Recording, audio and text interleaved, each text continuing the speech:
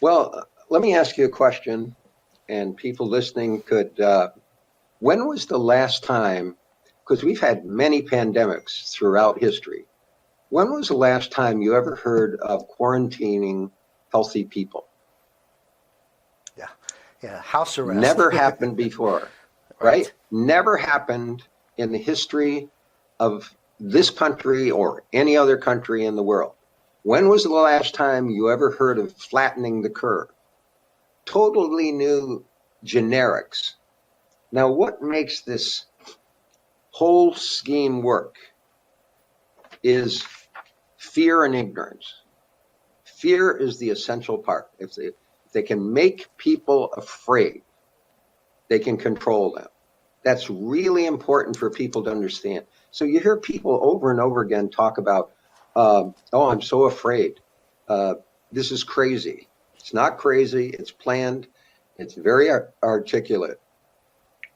What is silly is that the American people have no idea what communism is. I talk to different groups. I ask them, almost everybody's heard of the 10 planks of the Communist Manifesto. Well, let's look at those 10 planks for a minute, John, and let's see how much of this has been inculcated into American life. So the first plank of the Communist Manifesto is the abolition of private property of land and the application of all rents and land to public purposes. So the courts have interpreted the 14th Amendment of the United States Constitution, passed in 1868, to give the government far more eminent domain powers. Now, anybody can see how much does the government take of land around their communities and call it eminent domain? This is part of the abolition of private property, or government come in and just take your property. The Bureau of Land Management and Property Taxes, environmental excuses. Private property rights have become very diluted in America.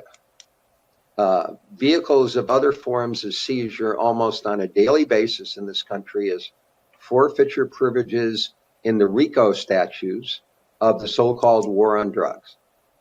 So how much have the first plank of the Communist Manifesto been absorbed into American society? A lot.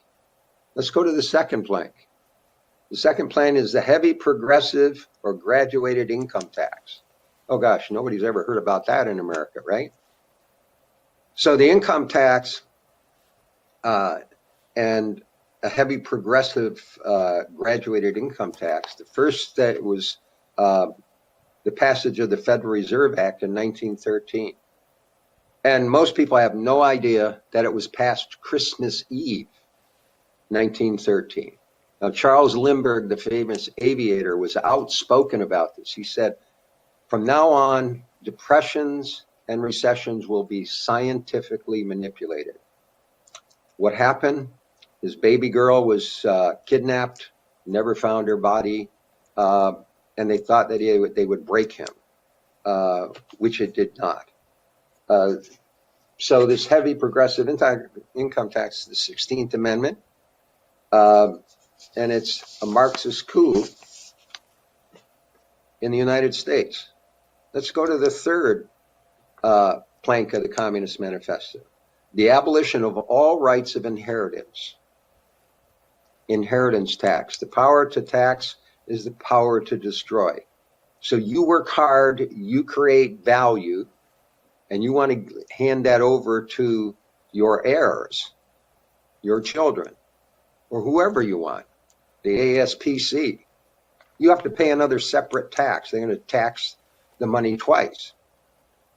And then this income tax, a lot of states have laws based on the percentage of your income tax. There's a state tax, and then there's a county tax, and then there's a city tax in some places. So you're paying 4 different taxes.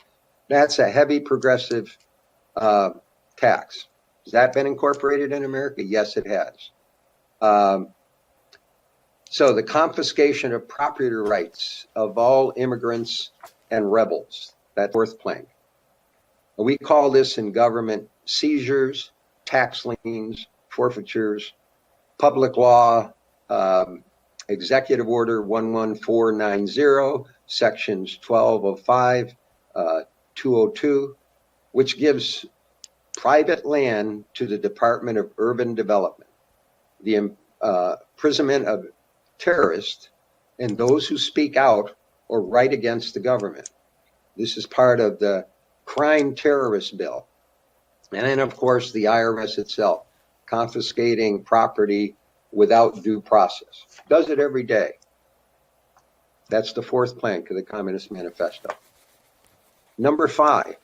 Now, see, if you're an American citizen and you're hearing this, and you're completely naive about what I'm saying, just know it's been a concentrated effort to make sure you don't learn the principles of communism, so you don't know what it is. You just know somehow it's a bad idea and it's never worked and it will never work because it defies human nature. But is it in this country? Take the fifth plank. The centralization of credit in the hands of the state by means of a national bank and a state capital and an exclusive monopoly. This again was the Federal Reserve Act created in 1913, past Christmas Eve, is indeed a national bank which has the ability to politically manipulate interest, currency, holds a monopoly on legal counterfeiting for the United States. And, you know, I just want to ask your viewers, John, if you just look at our dollar, and I'm sure we've all seen on the dollar bill that little triangle. And see here it is right here. And most people have seen that little pyramid with the all-seeing eye. I bet not 1 in 10,000 Americans would say, how did that get on our bill? Because before the creation of the Federal Reserve, this is the symbol of an organization called the Illuminati, which was founded in 1776, the same year as our country. You know, and that all-seeing eye, those 13 steps, these are the steps people have to go through to sell their soul to the people at the top before you become an illumined one. And what does it say there? Novus Ordo Seclorum. New order of the world, right there on our money.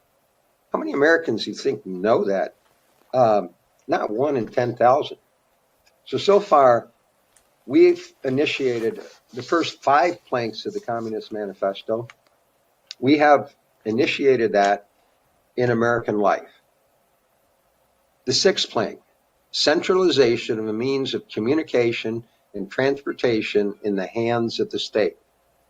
Well, who takes control of that in the United States? The Federal Communications Commission. Various Congress owns, for example, or the government has owned Amtrak and Conrail, outright socialist government-owned enterprises. Instead of free market, you see how efficiently UPS and companies like that always can run better in the private sector. But in the beginning, you know, the function of government is to do what you can't do for yourself, the common defense of the people. The post office, you can't do that for yourself. That's a legitimate function of government. But when government starts to take over all communication, can control communication, then plank 6 of the Communist Manifesto, we have initiated into our society. 7, the extension of factories and instruments of production owned by the state, the bringing into cultivation of wastelands, and the improvement of soil generally in accordance with a common plan. Well, You know, we've all been familiar with the 5-year collectivist farms of the Soviet Union. All were tremendous failures. But in our society, the Desert Entry Act, the Department of Agriculture, as well as the Department of Commerce, the Department of Labor, the Bureau of Land Management, the Bureau of Reclamation, the Bureau of Mines, National Park Service, and of course the IRS control businesses through corporate regulation. We have initiated Plank 7 of the Communist Manifesto. We only got 2 more to go. So let's look at 8. Equal obligation of all work. The establishment of industrial armies, especially by agriculture. So we call this the Social Security Administration and the Department of Labor. All these bureaucracies that have expanded over time, the national debt, inflation caused by the communal bank has caused the need to have 2 families' income. This is the fundamental breakdown of the family. When you look at the dollar bill, by the way, what does it say? It says Federal Reserve note. What is a note? See, it's an instrument of debt. Before 1913, we had United States dollars, and they were backed by gold and silver. What the Constitution says, that only gold and silver shall be legal tender. Then we pass these legal tender laws, and we make paper that they can print. That's the definition of inflation. Inflation is the ultimate form of taxation without representation. Another way of understanding how insidious this has been incorporated into American life. Here's number 9. Combinations of agriculture and manufacturing industries, gradual abolition of the distinction between town and country by a more equitable distribution of the population over the country. We call this Planning Reorganization Act, first passed in 1949, zoning, Title 17, the Super Corporation Farms Act, as well as various executive orders in all regions and public law. So this is how we've done that. The last one. Free education for all children in government schools. Abolition of children's factory labor in its present form. Combination of education with industrial production. So of course nobody's in favor of exploiting children. But what happens? What happens with this? We call this the Department of Education. And it's the easiest way to brainwash the children. Put them into public schools. Government controls all education. And depending on who's in president, you know, if you looked at Arnie Duncan and the things that No Child Left Behind in the Obama administration, a radical increase in Marxist teachings in the schools and outcome-based education. So if you know what communism is and you understand it, and you step back and you say, we are down that road a long ways, because each one of those planks have a purpose, each one of those to some degree, in the case of the Federal Reserve and a national bank, totally. And so here's how people can understand this. They print money out of nothing, and then they sell it to banks. It may be 2% interest, and banks loan it to us anywhere from 5 to 7 to 10% interest. And it's all digital entries in a computer. No value, no production. The first of the Rothschild banking family, Mayer Amschel Bauer Rothschild, said, "Give me control of a nation's credit and currency, and I care not who makes its laws." And that's true today as it was when he spoke those words in the 1600s. Absolutely.